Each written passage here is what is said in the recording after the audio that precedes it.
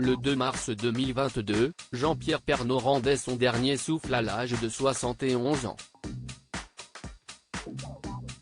Mais il n'a jamais vraiment quitté Nathalie Marquet, sa femme. L'ancienne Miss France s'est confiée ce lundi dans PAF sur ces signaux qu'elle reçoit encore et toujours de l'au-delà. Nathalie Marquet était l'invitée de Pascal de la Tour du Pin ce lundi 18 septembre.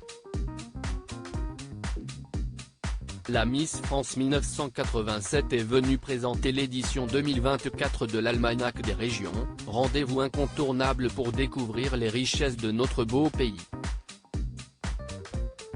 Un projet qui tenait beaucoup à cœur son célèbre mari Jean-Pierre Pernaut, décédé le 2 mars 2022 à 71 ans, c'était important de continuer, cela le représente tellement. Il doit être heureux, fier, il avait envie de transmettre cela. Si la reine de beauté et comédienne de 56 ans parle toujours au présent concernant le père de ses enfants Lou et Tom, si est parce qu'elle est toujours en contact avec lui, grâce à des signes de l'au-delà, je parle avec lui tous les jours. Elle a notamment confié à l'animatrice que sa télé s'allume, s'éteint, et se rallume toute seule, à 4 h du matin, sur la chaîne d'information en continu LCI, chaîne du groupe auquel appartenait son défunt époux. Elle le confirme, il s'agit de l'ancien présentateur de TF1, qui souhaite communiquer avec elle. Désormais habituée à ce genre de situation, Nathalie Marquet n'hésite pas à le gronder, en lui expliquant qu'elle doit dormir car il est tard. Se doutant alors que, parmi les gens de son entourage, peu de monde allait la croire, elle a décidé de capturer ces moments en vidéo, afin d'avoir une preuve irréfutable qu'elle ne ment ou n'hallucine pas, sans que je touche, la télécommande, note de la rédaction, on voit que la télé se rallume.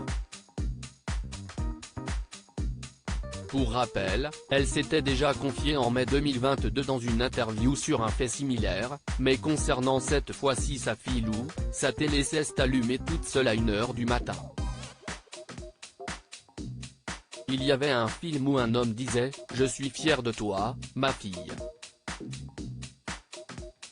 Et elle s'est éteinte juste après.